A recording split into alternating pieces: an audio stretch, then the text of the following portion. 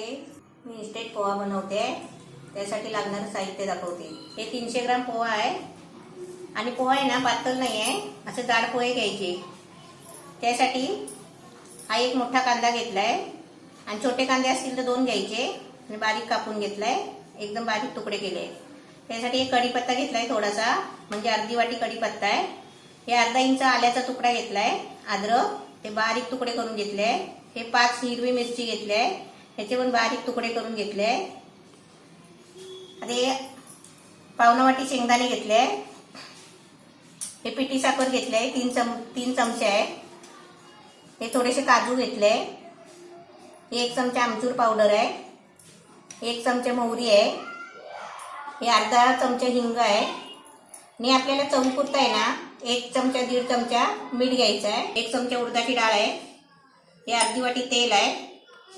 आणि आपल्याला 1 चमचा पावणा चमचा हळद घ्यायची आहे, म्हणजे पावणा चमचा. आपल्याला जसा कलर पाहिजे ना तेवढे हळद घ्यायची आहे. 1 चमचा जिरा आहे. गॅस पेटवलाय, कढई पण ठेवली. आता त्याच्यामध्ये आहे ना त्याला कांदा टाकते. आता हे कांदा आहे ना, कांद्यामध्ये तेल वगैरे काहीच टाकायचं नाही, असं सुकाच आहे ना चांगला भाजून घ्यायचा.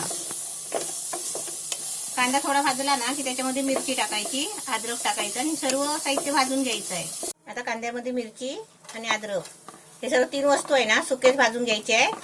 मी चांगले भाजून घेते आणि तुम्हाला दाखवते. याचं चांगलं भाजून घ्यायचा, सुका सुका एकदम फ्राय करून. आता हे काढते आणि तुम्हाला बाकीचं दाखवते. कांदा मिरची हे सर्व बिना तेलाचं भाजून घेतलंय. आता मी कढईमध्ये तेल टाकते आणि आता बाकीचं तुम्हाला साहित्य दाखवते करून. आता तेलामध्ये शेंगदाणे टाकते आणि चांगले भाजून घेते. शेंगदाणे आता मस्त भाजले. आता हे आहे ना अशी साईडला करून घेते आणि बाकीचं साहित्य टाकते.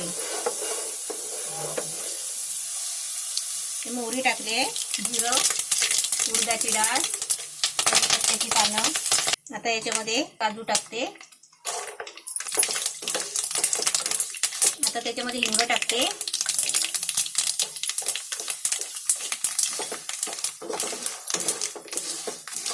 हे सर्व साहित्य चांगलं फ्राय झालंय बघा, सुक्क झालं एकदम. आता याच्यामध्ये आहे ना तो कांदा अद्रक मिरची फ्राय केलेली ते टाकायची. त्याचं चांगलं असं हलवत राहायचं, ढवळत राहायचं असं. 1 चमचा हळद टाकते.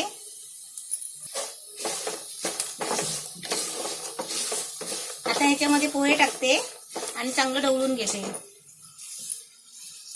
पोहे चांगले साफ करून आहे ना चांगल्या कपड्याने पुसून घ्यायचे. सुके पोहे आहे, त्याला थोडं पण पाणी नाही लावायचं. आपण सुकेच आपल्याला फ्राय करायचे.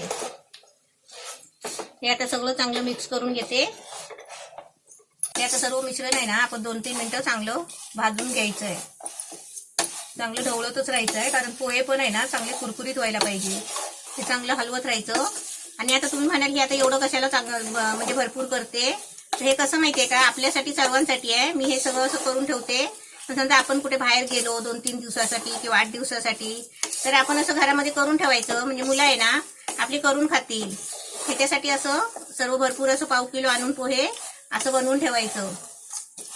2-3 मिनिटं चांगले भाजून झालेत बघा, एकदम मस्त कुरकुरीत झाले. आता याच्यामध्ये आहे ना हे बाकीचं साहित्य टाकते आणि ढवळून तुम्हाला काढून दाखवते. ही आमचूर पावडर आहे 1 चमचा घेतलेली. पिठी साखर, हे आपल्याला चवीपुरतं मीठ टाकायचं आहे. आपला इन्स्टेंट पोहा एकदम मस्त तयार झालेला आहे आता. आणि थंड झालं ना की आपल्याला डब्यात भरून ठेवायचं आणि आपल्याला जेव्हा पाहिजे तेव्हा मुलांना सांगायचं, बघ पोहे तयार करून ठेवलेले आहे, तर फक्त तू गरम कर आणि खा. ते आपण असं करून ठेवलं ना तर 1 महिना राहू शकतो. चांगलं डब्यामध्ये टाकून ठेवायचं. मी तुम्हाला दाखवते. गॅस बंद करते. थंड झालं की डब्यामध्ये भरून दाखवते. कांदा पोह्याचा इन्स्टेंट पोहा मी तयार करून ठेवलाय. थंड झाल्यावर आता मी डब्यात भरून ठेवलाय. आता तुम्हाला आहे ना पप्पू कसं खायचं करून ते तुम्हाला आता पप्पू दाखवेल.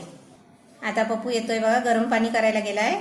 आता तो कसा करून खातो ना ते तसं तुम्ही बघा आणि मुलांना सांगायचं की असं बाबा कर आणि खा.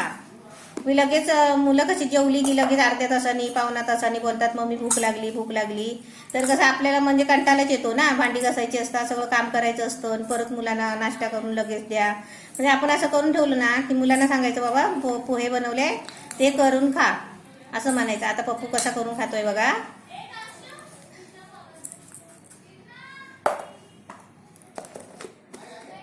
म्हणजे जेवढं आपल्याला मुलांना पाहिजे असेल ना सांगायचं तुला बाबा जेवढं पाहिजे ना तेवढंच घे असं सांगायचं.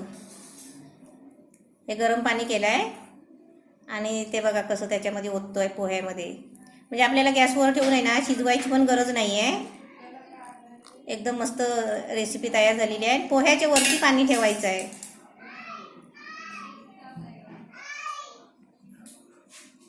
आता हे थोडं 10 मिनिटासाठी झाकून ठेवायचं आहे. आता 10 मिनिटासाठी झाकून ठेवतोय. 10 मिनिटं झाले बघा. आता चांगले गरम पाण्यामध्ये भिजायला ठेवले. आता तुम्हाला पप्पू दाखवेल. वा किती मस्त छान झाले बघा.